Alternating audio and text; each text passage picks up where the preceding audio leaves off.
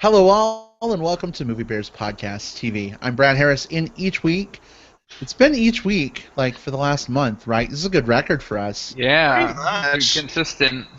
Yeah, Except for last week. Oh, except for last week. That's right. But You we've know been what? pretty good. Never We've been mind. pretty good, though.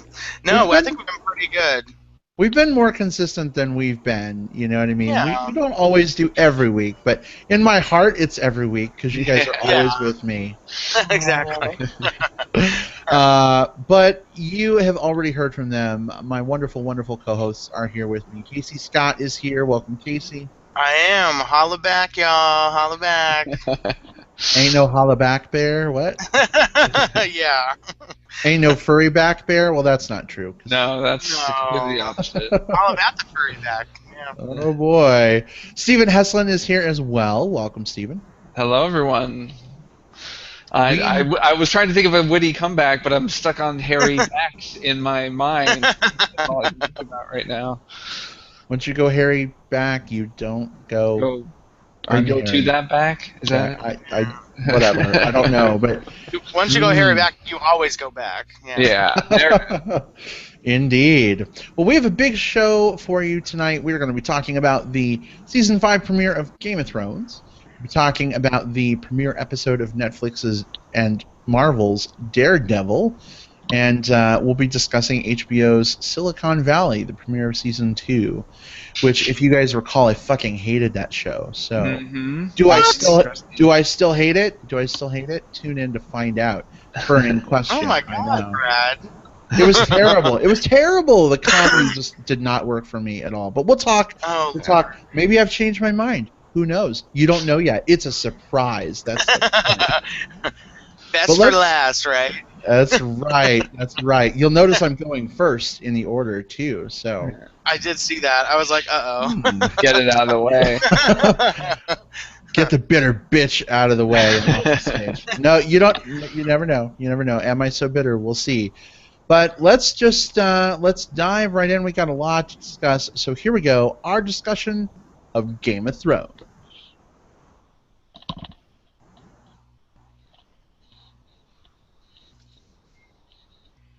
Do do do do do do do do do do do do do. Anyway, maybe we'll leave that in for the official intro music. That would be good. Putting in the actual. Yeah. Harmonize a little bit. It's just as good. That's right. That's right. If I can make something just as great as like a horn ensemble with my lips. That's pretty good, I guess, right? Yeah, anyway. I should say so. So Game of Thrones is back after what seems like an ungodly long hiatus. Stephen, why don't you kick us off? What were your thoughts? Was this a bombastic comeback, or was it kind of an underwhelming return?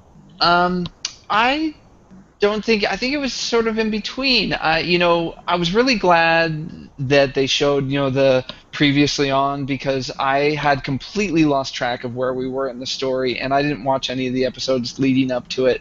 And when they showed the little glimpses, it made me remember how epic the season finale was last season. Right. With Tywin shooting his dad and everything, and it made me go like, oh yeah, we're in this weird state of flux, and this it sort of picked up right after it left off, and so this whole episode was sort of set up, I feel, and so it was very slow moving. There wasn't really any action. It just was sort of catching up with where the characters were in the world, and I actually really liked it, even though it was really slow and there wasn't any really major plot forward points.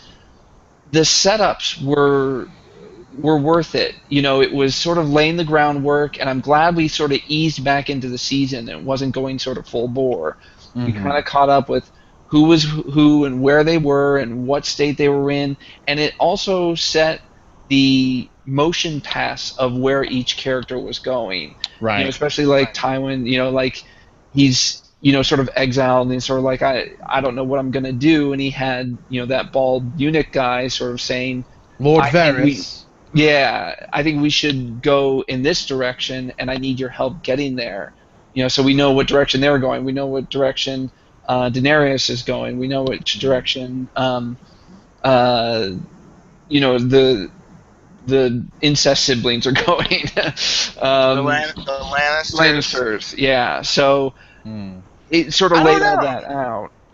At Yeah. least it gave you hints of where they were going, and it made you Right. anticipate what the season was Right, going to bring. right. So I actually really, really liked it. I missed it so much that I was willing to soak in anything they were going to give me.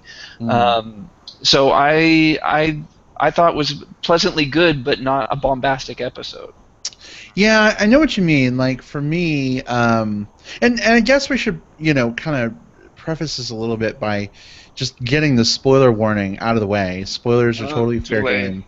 No, Yeah. no, Oh, girl, like we're beyond. We're beyond. I mean, Season 5. honestly, Come if on, you're people. listening, Game of Thrones. Yeah, come on. if you're listening to a show reviewing the first episode, I think there's going to be motherfucking spoilers. But Yeah. but yeah, It can only be spoilers so fair game. vague. Exactly. But I mean, I definitely see where you're coming from, Steven. I actually rewatched all of the last season, and I have so many fucking things to watch, but I rewatched the last season in preparation. And so I was totally like up on what was going on. But like when we started watching it, we were watching it with our friend Craig, who is visiting us from Australia. Hi, And Craig. Jim. Hi, Craig. They were like, wait, what happened again? What was that all about? Huh? You know what I mean? It's one of those things where so much happens in the season sometimes that I think you really have to almost revisit it before you watch it. So the sort of like precursor, like get you wet with Game of Thrones intro again was nice, but I feel like the whole episode was that. In a way, I was kind of hoping for something bigger to happen to kind of like give the season some big momentum to start off with. It's kind of weird though, because typically the format of previous seasons has been episode 9, something big, crazy, and huge happens, and then episode 10 is the fallout of that episode. Yeah. And then the beginning of the next season, crazy shit happens again, and But now it's like episode 10 was the big crazy thing. So now episode 1 is kind of dealing with the fallout, and now, Anyway, blah, blah, blah. Brad, you're being boring. Shut the fuck up. Nobody cares. But, for me, this episode, I mean, it was decent. I enjoyed it. It was nice getting back to Westeros, kind of catching up with these characters. I wouldn't say it was anything that was like, oh my god, that was crazy awesome. Except for, we have a departure from the normal formula. Do you know what I'm about to bring up? The flashback? Yeah. The flashback. Yeah. That's the first Yeah. time on Game of Thrones I think we've ever had a flashback. That I I think recall. Yeah, and my theory is because at this point they're running out of book. Very, very Yeah, quickly. they Yeah. are. Yeah. They're going off page like halfway through the season reportedly. Right. So my feeling is, I mean, they've got so much backstory in the books that is agonizing to fucking read. Seriously, it's worse than a Tolkien book sometimes. Oh wow. But I was they going to want- say, yeah, it's very Tolkien-esque then. Yeah. Because, I mean, it's well written, right? But when a character's like, "Hey, I'm riding into this big battle," rah, and then like 20 pages of let's tell the story of Robb Stark when he was 4 years old. Now let's talk about him when he was 6. It's like, get back to the action, please. Yeah. But anyway, there are a lot of cool things they can flash back to. This flashback with Cersei, good to see she was a little cunt even when she was like 6. Yeah. Some things Whoever never they change. found as that young actress did an excellent job of Oh, portraying her. totally. I mean, Totally. I didn't know who it was at first, and then she started speaking. I'm like, God, it's like a young Cersei. Uh-huh. When she's all like, we don't have to worry about my father. Yeah. I'm like, oh, yep, young Cersei. And I'm Yeah. like, wait, am I watching Lost or Arrow? Like, what's with the flashback? And then Yeah. I'm like, oh my god, I love the flashback. And I'm wondering how this whole, like, prophecy thing is going to tie in with her storyline Right. this season. Mm. Obviously, it's important in some way, so we'll see. But I think for And me, there, this- well, the thing I liked about I'm sorry to interrupt. The thing I liked about the prophecy though was that it's like it was very vague. It's like there was going to be another younger woman who takes her place, and there are so many younger women on the show that could do that. So it's I like the fact that it's not like a set thing that it's going to be Marjorie. It's like, well, it could also be Arya, or it could be Sansa, or it could be Daenerys. I mean, there are plenty of girls who could take this position from her. That's true, but I hope Sansa dies in a horrible, horrible way. Yeah. What? I want her to be reunited with her sister first. I really hate how the show doesn't like doing that. I want her to be reunited with her sister. I like a family reunion. I'd like her to be reunited with her sister, and then a red wedding, and then Littlefinger to kill Sansa, and then Arya kills Littlefinger. That would be awesome. That would be great. Anyway. But some interesting omissions in this episode. Speaking of Arya, no update on the Arya story. Yeah. Looks like from the trailer we're getting her next week. But no Bran, Hodor, and the children.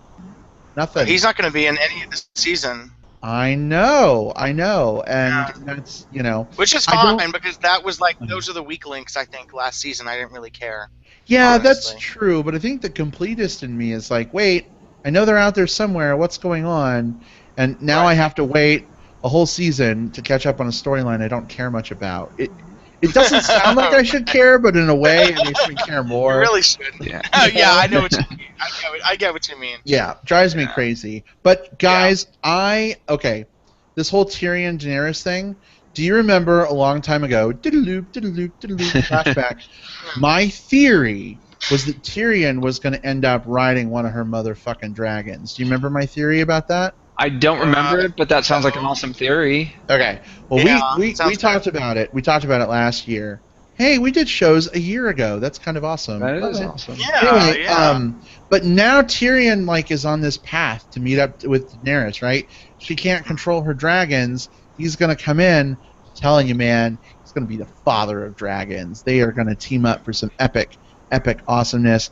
He's going to fucking ride a dragon and fly it to Westeros. Yeah. Totally. He's going to be like her main general or something. Well, that would be pretty great, actually. Yeah, wouldn't that be neat?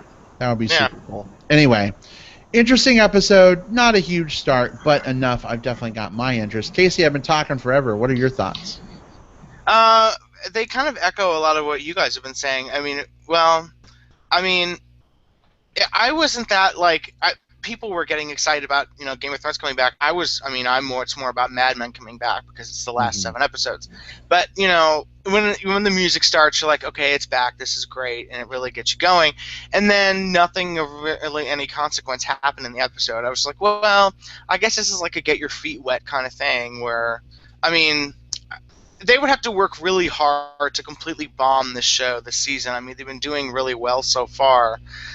So I have faith that it will pick up. I just think this is kind of like, okay, here are these characters again. Here's where they are. I don't think that the episode gives you an idea of where they're going to go, though. I definitely, don't agree with that, Steven. Just because there are enough things where it's like Daenerys is still not waking up to the fact that she has no idea what she's doing. She's never ruled anything in her life, so she has no idea what she's doing, and there's going to be a coup if she doesn't wake up, and so that's happening. But Tyrion is coming. He'll save her from herself, right? Yeah, no. I don't know. It's weird. I know that. That is something interesting. That was the only sense of direction I got from anybody in the show. Everyone else is just kind of floundering. Brienne is just kind of like, I don't know what I'm gonna do. I have no one to serve. Blah blah blah. I was like, why do we even see her for that? There was no point in that. It was just like, oh yeah, here's this woman, and she missed out on Sansa again. And I don't have the thing against Sansa that you and a lot of other people do. I think the fact that she's finally waking up and realizing, hey, this is a fucking game, and I need to get involved. And she realizes that Littlefinger is a way for her to survive. And it's also her way for her to get close and learn the way that things go. I think that's really surprisingly clever of her, considering that she's been an idiot for most of the season, most of the series so far. So I'm liking I like the new Sansa, and she reminds me a little bit of Cersei, actually. And I think that's good. I think having someone be as hopelessly naive as she has been for so long, that can't last forever, especially in this world. So I think that's promising. Trying to think of who else we saw. Yeah, nothing else really left a huge impression on me. But What I'm about- glad it's back, obviously. What about Jon Snow and the Red Woman? Are they going to get it on? No, I don't think so. I think that'd be really weird if they did, if that happened. And I called the Arrow. I was like, he's not gonna let this guy suffer. He's gonna take him out somehow. And then it happened. I was like, oh yeah, I knew it. Because that's the way it's gonna be. And something else happened. Oh, there was gay sex, sort of. That was an interesting thing. We saw some boobs, and for some reason, shaved bush in this Middle Ages thing. I still don't understand that whatsoever. I'm just like, okay, there's shaved bush and boob implants in the Middle Ages. Hey, yeah. you gotta mow the grass to enjoy the lawn. I guess, but to be that trimmed in that time period, I don't know if it could, I don't know. There was no waxing then, I'm pretty sure. Pretty sure that hadn't been invented. But I did like the fact that there was some gay stuff. That was kind of nice. A nice surprise.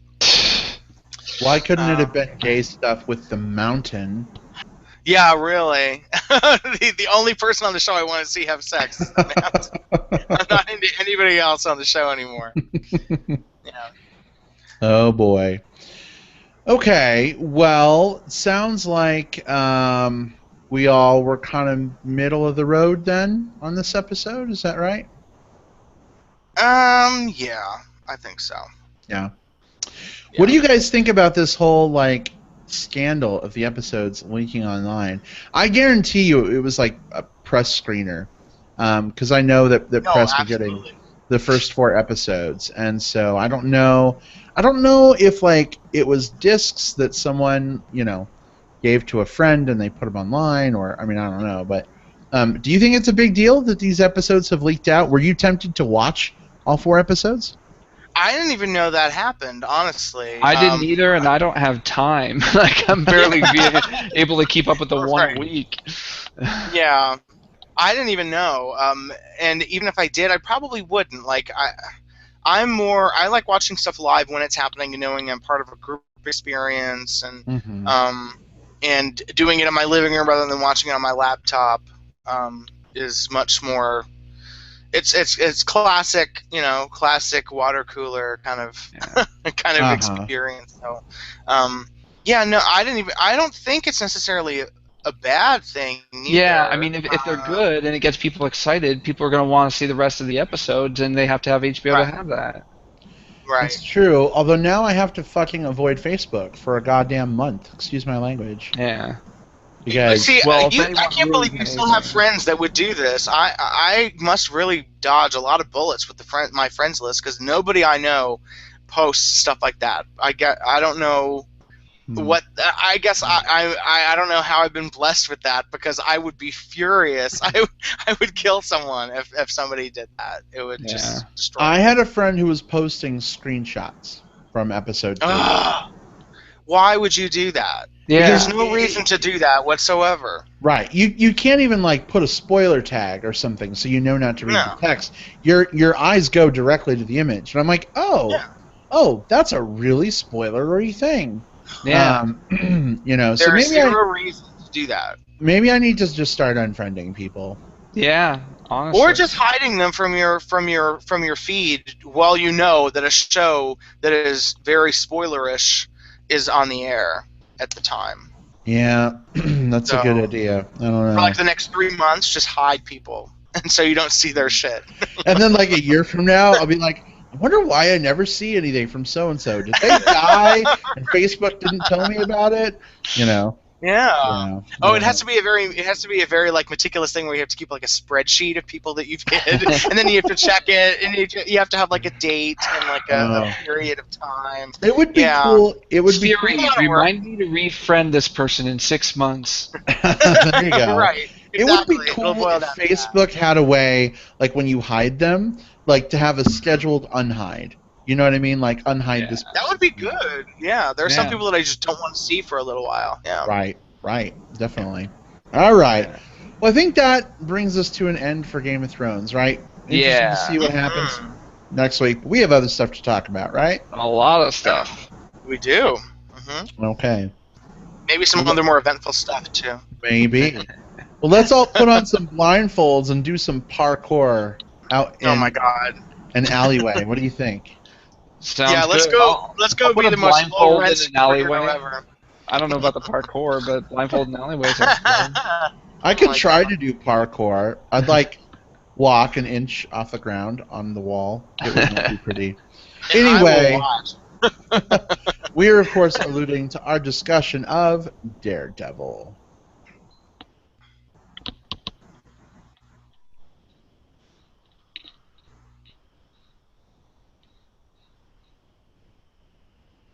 Sorry, I got caught up in my between segments facial funniness. Rolling my eyes and making goofy faces. And then I'm like, oh, right, we're supposed to be talking right now. That's right. So, Marvel and Netflix have teamed up on this new Daredevil show. Casey, why don't you tell us a little bit about its premise and whether you think people should check it out and why? Sure. It's about a young man who was blinded as a child and has grown up to become an attorney, and he has a partner.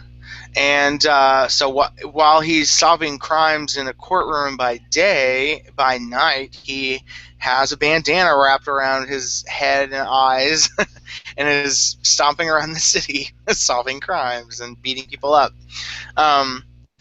Yeah, I think he's the most low-rent superhero I've ever seen. It's like anybody. That's the kind of funny thing. It's like anybody can be Daredevil, honestly. It's like just tie the bandana around, wear some a leather shirt and some jeans, black jeans, and you're Daredevil. You know, he doesn't need any fancy schmancy costume or gadgets or anything. And that's what kind of makes it really interesting. I mean, I like a superhero that has gadgets, so I like Batman and stuff like that. But I like the fact that he's very physical and can beat the shit out of people. And these fight scenes are really, really intense and really well done for a TV show. I mean, I know it's Netflix. I was under the impression it was developed for network TV, but then was picked up by Netflix because ABC was involved. ABC produced the show. Oh, really? Yeah, it was an ABC Studios production. It was in the opening credits. I was like, oh, it says Netflix and ABC Studios. So, but we had tits. We had tits, right? Not in the first episode. Wasn't it? I've only seen the first episode. There were no tits confusing in the first Game episode. of Thrones. Yeah, there were no tits in the first episode. No, I didn't see no tits. Okay. And there was no profanity, and there was a little bit of blood. Okay. But no, I mean it could have been. It was except for the really graphic fight scenes. It was TV friendly. Okay. I liked it though. I thought it was really strong, and I liked the fact that just based on the first episode, it doesn't seem like what is the phrase you like is villain of the week, and it doesn't seem like it's going to be that. It seems like there's an overarching storyline that's going to be continued through the different episodes. I mean, the fact that he and his chum are attorneys would seem to hint that there is a villain of the week kind of thing, but it doesn't seem like that's going to be the case. It seems that they may have clients that tie into the grander scheme of this arch supervillain who's involved in corporate espionage and white slavery and the drug trade and stuff. So yeah, I really liked it. I thought it was very strong, very well made. Okay. How about you, The Steven? guy who plays Daredevil is okay.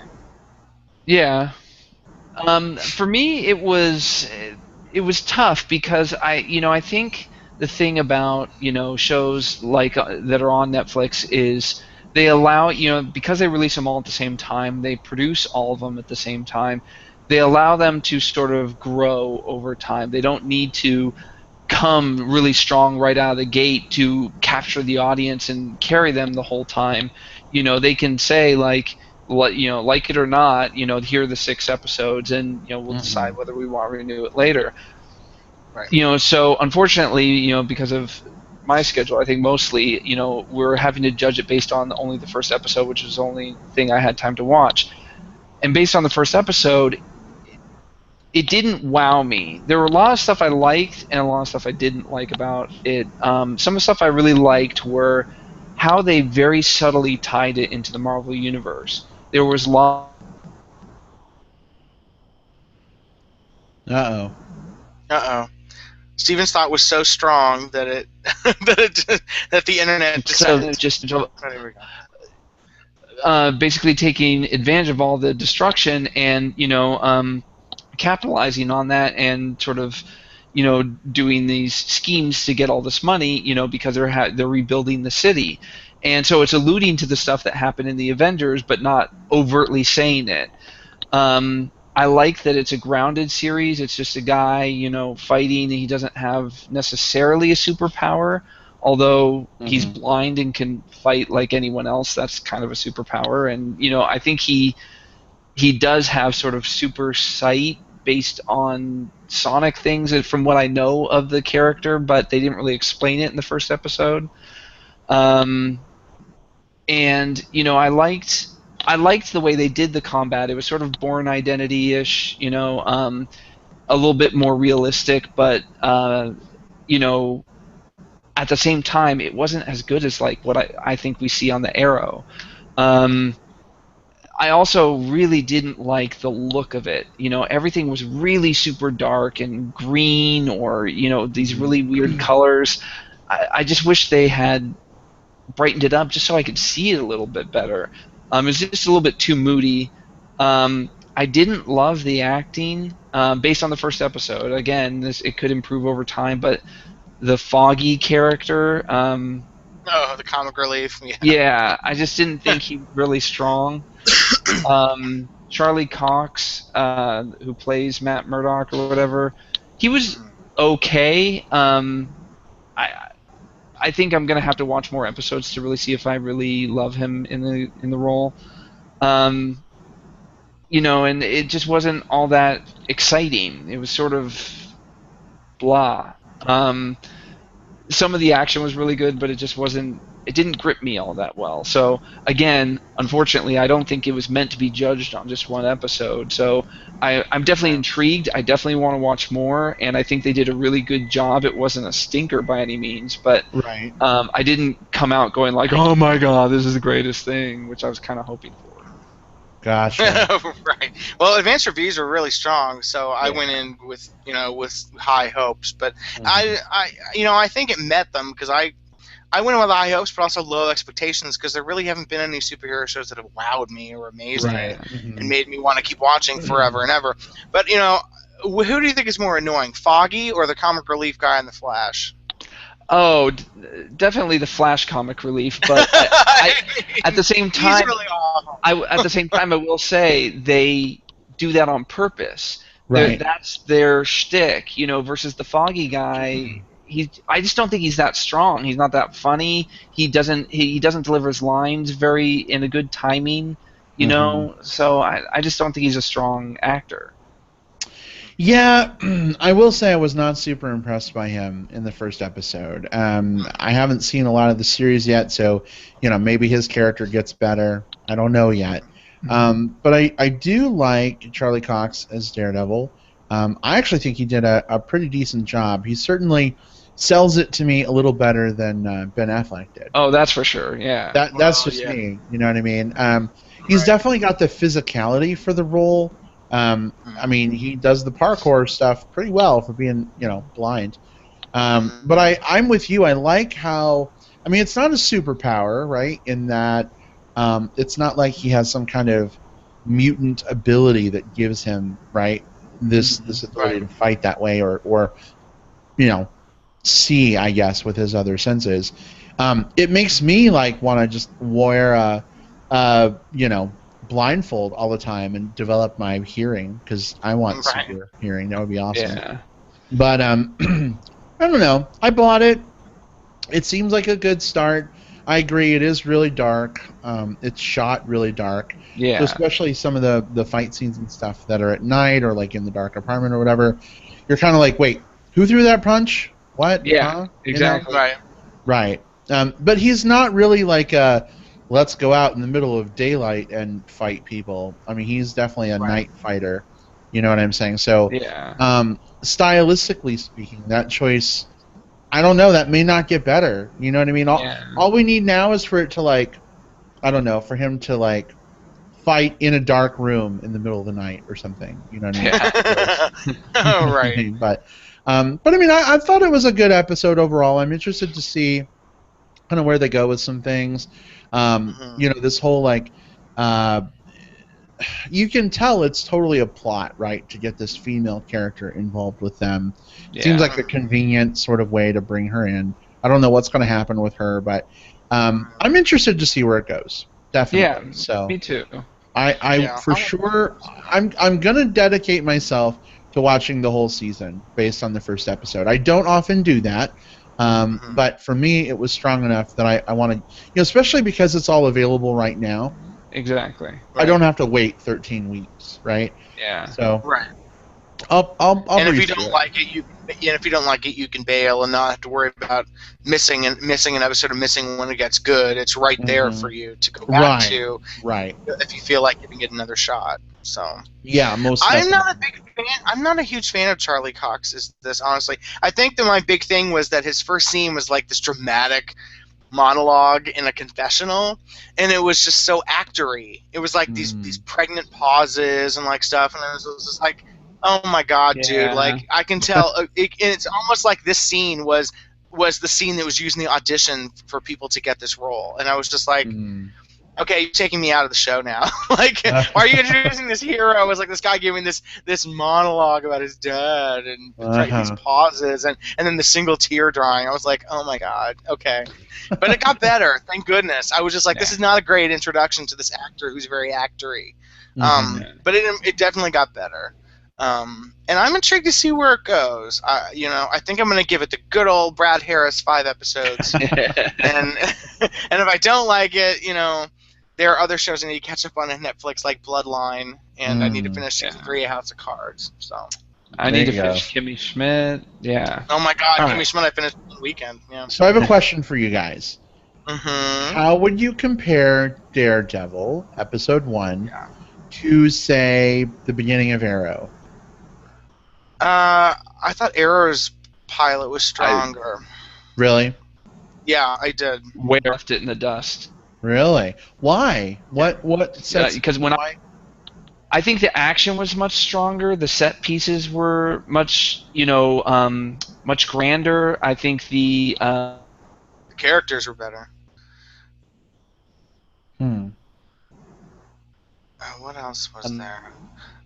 I liked the use of flashbacks. Mm-hmm. Makes sense. Okay. Yeah. Just curious. I mean, I think for me, the teenage schmaltiness at the start of Arrow was kind of a big turnoff, and I like that we don't really have any of that with Daredevil. I mean, this show is. See, I don't remember that at all. Oh, really? The whole like. No. Like he comes. Oh, him coming back and his female love interest introduced. Right. It was. All I didn't. very, I didn't see that as schmaltz. It got a little schmaltzier in subsequent episodes. First episode, I didn't get that. It wasn't like the Flash where that was super schmaltz. It was like 9021 Arrow. I mean, it was like, look, we're young people. Look, we have a romantic history. Anyway, I kind of appreciated that we got a hero that was kind of unencumbered with some of those things. You know what I mean? Yeah, he doesn't give. Well, yeah. Yeah, but we'll see how it goes. Yeah. Anyway, well, do we have any other? And wasn't the guy who played Froggy? Isn't he from Friday Night Lights? And or he's from somewhere. I know I've seen him somewhere before. And he's been good in other stuff. I just don't know if he's that good on this show yet. So we'll have to see how he is on future episodes. Kind of remains to be seen, right? Yeah, exactly. All right. Well, do we have any other thoughts on Daredevil before we move on? No. I'm gonna give it a few more watches, few more episodes when I have time. All right. I think poor Steven may be frozen. I'm in and out. No, there you are here. Okay, you were just quiet. No, you go in and out. If you're on Wi-Fi, your Wi-Fi is being wonky. Wonky Wi-Fi. Wonky. Thank God for my land. Or else I'd be in the dust too. Oh. All right. Well, let's go ahead. To us. There you are. Yeah. No, there you are. Oh. We'll roll with it the best we again. can. Welcome back. All right. Yeah. We'll keep rolling with our homies here. All right. Well, then let's go ahead. let's go ahead and move on then to our discussion of Silicon Valley. Mhm.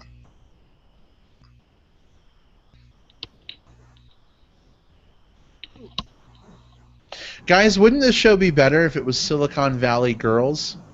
Yes. It'd be unwatchable. I would not watch it. What? Casey, you are all like girl power. Like, how could you say no to Silicon Valley Valley girls are not girl power.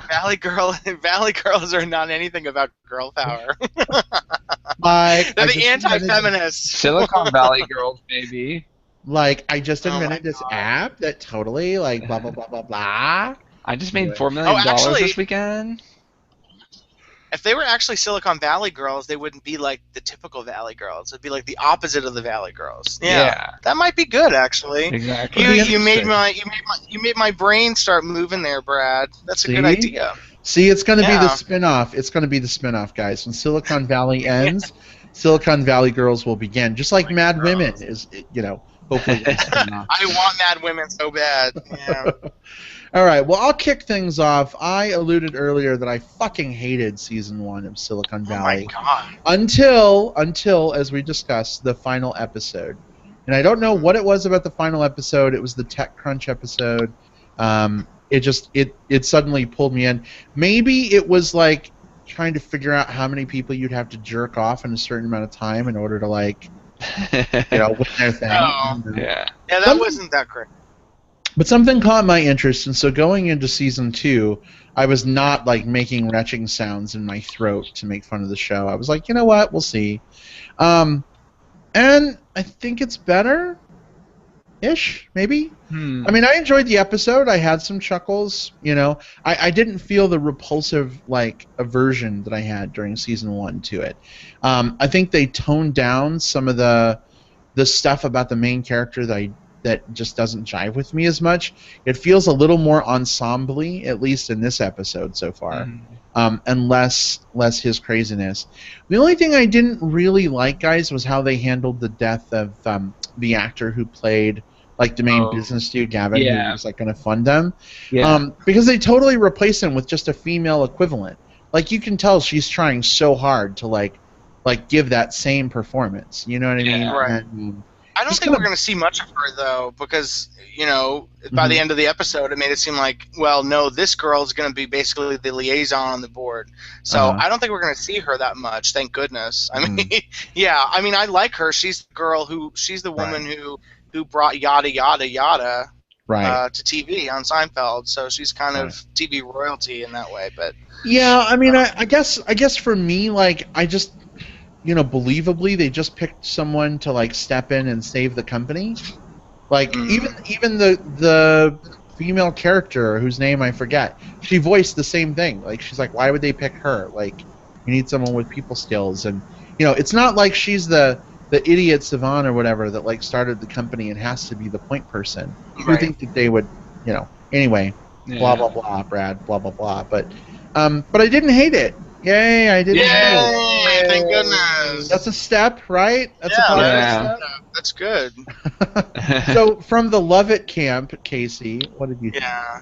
I thought it was really good. I thought it was really strong. It was way better than the Veep premiere, which I didn't really care for. But last season I thought it had its ups and downs, but overall I thought it was really strong consistently. And I did wonder how they were going to deal with the death of the actor that played Peter. And I thought they actually did it really well. I mean, the initial idea by the network was to have him never show up again and have him still be a character on the show. And so they dealt with him. They had a little soliloquy and everything, so it felt like saying goodbye to the actor as well.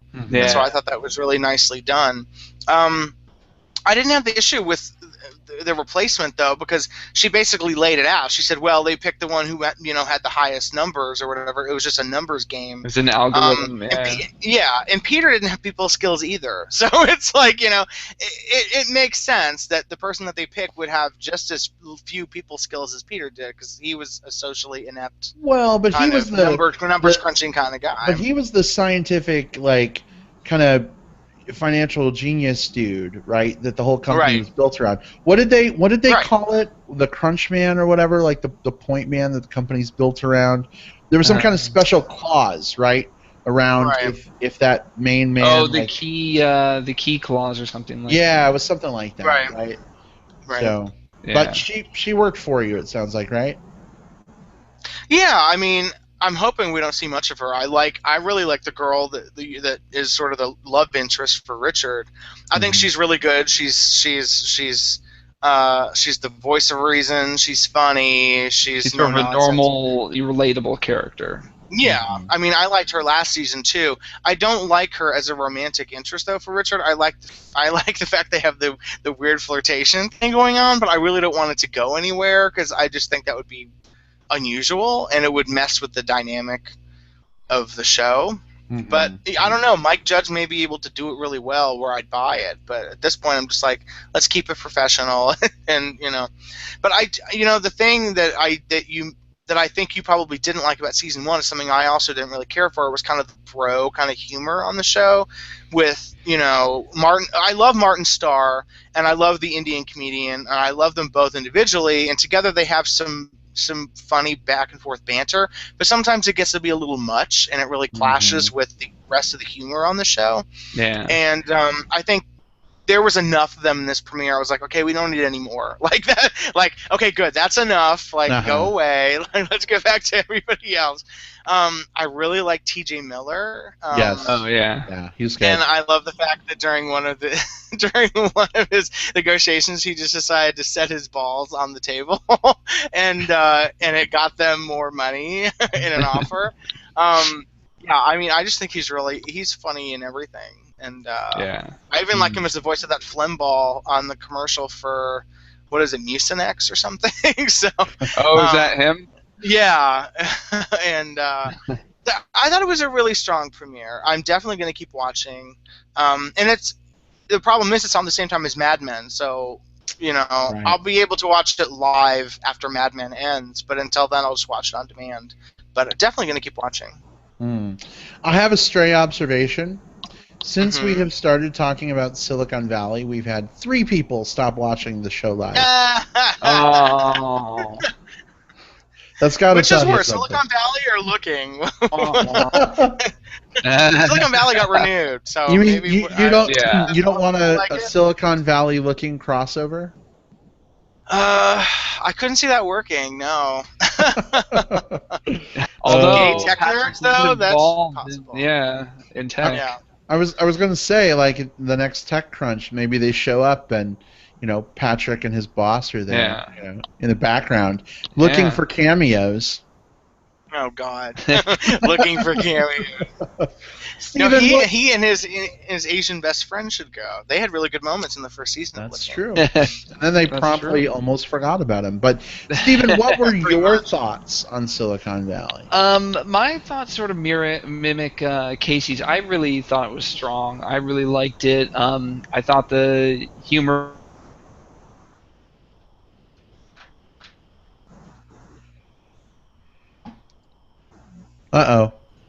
Was really good cutting out. Am I back? You're back. Okay.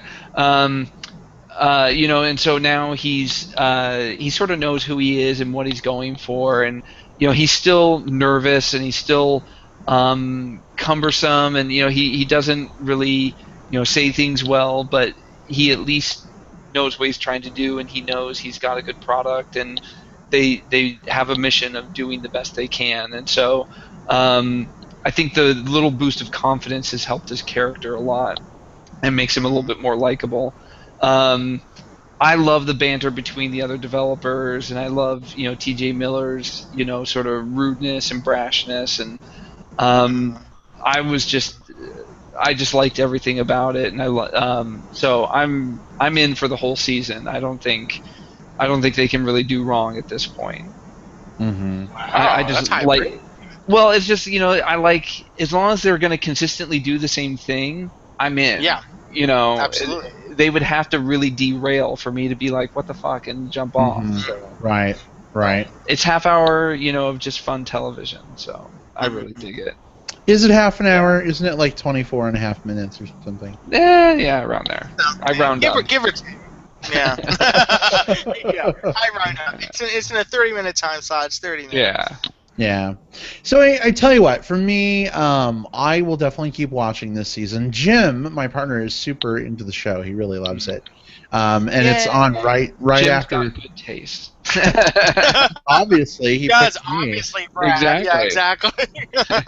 We already knew he had good taste, but this just makes it better. Aw, you guys are so sweet. But yeah, and I mean it's on after Game of Thrones, so definitely we'll check it out this season.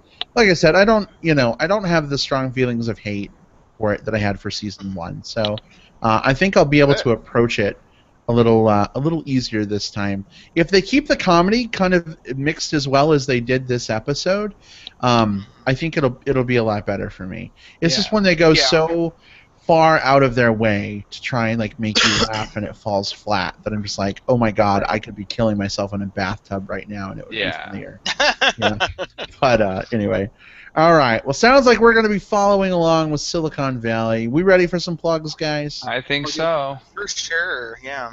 All right, Steven, kick us off. What's your plug this week? I mentioned it earlier, but I think it deserves another mention, which is the Adventures of Kimmy Schmidt, or the Unbreakable Kimmy Schmidt. We've definitely mentioned it several times on the show, but I've caught up more with it, and it's just. If you love 30 Rock, you will love this show. It's definitely got a 30 Rock vibe. It's it's got Jane Krakowski in a similar type of role, although her origin story is brilliant. Yeah, it is. And her roommate is just hilarious. There's so many funny little throwaway moments in it, which is sort of what I liked about 30 Rock. So it's definitely the same sort of vibe, and I love it a lot. It's definitely like machine gun fire jokes, and I love it. Nice. Yeah. Awesome.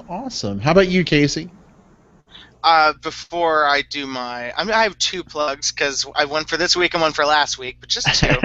Double plug. But double plug, 2 in the pink or whatever. Wow. Even I just have to say, before we did the show, I was rewatching Kimmy Schmidt before we went to recording. Yeah, because I watched it like 3 times in its entirety already. I just think it's so funny. Yeah, it's great. Oh, I love it so much, and it's already born so many memes and things and gifs. So yeah, it's already like a classic. My first plug is for Louis with The Sexiest Man Alive. Louis C.K. came back last week, and it was a pretty good premiere. Always good to see Louis. I just, I want his babies very badly. He's like my ideal man. If you had him or Kevin James, I'd be super happy. And also I wanted to, since Looking is gone, we don't have that many shows that are specifically about gay men on television, except for one that just premiered on Logo last night, which is Banana and Cucumber.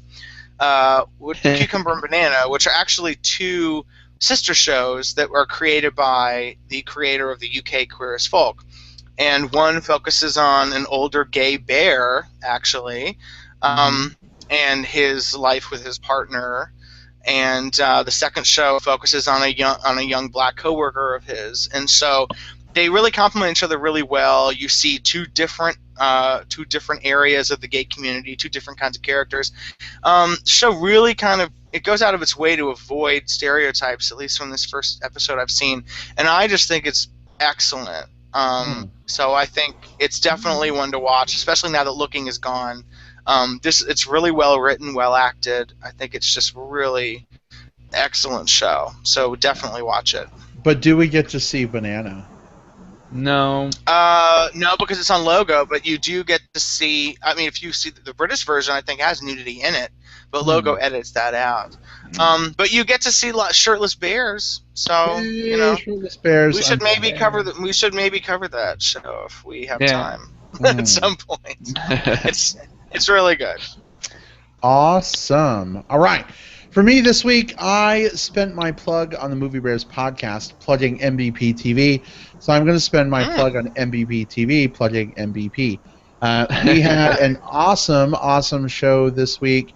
We discussed the best little horror movies. They were our favorite movies about prostitutes. And Nice. we talked about some greats, from Best Little Horror House in Texas to AI, artificial intelligence, some unexpected horrors you maybe wouldn't think of. But it was one of the most fun movie discussions I think we've had in a really long time. It was awesome. Wow. So if you love horrors and you love movies and you love bears, check out this week's episode of the Movie Bears Horror Podcast. I love all of those things, some more than others, but all three of those I do love. They have their charm, right? Yeah. Yeah. All right. Well, I think that wraps us up for this week. We will figure out when we're coming at you next and what we'll be talking about and get back to you. I don't know if we're doing next week, if we're skipping another week. We really need to talk about Mad Men. I really want to talk about Mad Men. But Are you caught up? I'm caught up. Yeah. I'm Oh my gosh, I'm so happy. Okay, we should talk about it for sure. Yeah, but I don't Steven, have- are you watching Mad Men, Steven? I'm not. I'm sorry. What? The last 7 episodes, what's wrong with you? I know. I need to. Maybe I'll Yeah, just you jump do. in. No, you can't do that. No, Mad Men is that's not how this works. That's not how any of this works. That's this is not, a, you this can't is a three-way partnership. Yeah. So, Mad Men is a show you can't jump in on, unfortunately. It's too tell intricate. you what. Maybe we'll do some Me TV next time. We can talk. Maybe Casey. Spoiler free. Casey, you and I will. I can talk about Mad Men. Yeah, well, Casey, you and I can combine our Me TV segment portion, Yeah. and we'll talk non-spoilery about Mad Men. Maybe we'll I figure can it do out. that. Yeah, Yeah. I could do that. I think we could talk generally about it for sure. For Anyway. sure. All right. Well, guys, thank you so much for joining us as always. We will catch you guys soon. Take care. Bye. And Bye, guys. Casey, give us your Watch line. TV. Watch TV. It's not watch TV. It's your line. You Love can't even TV. remember it. No, I don't remember it. Enjoy TV. Enjoy. Enjoy TV.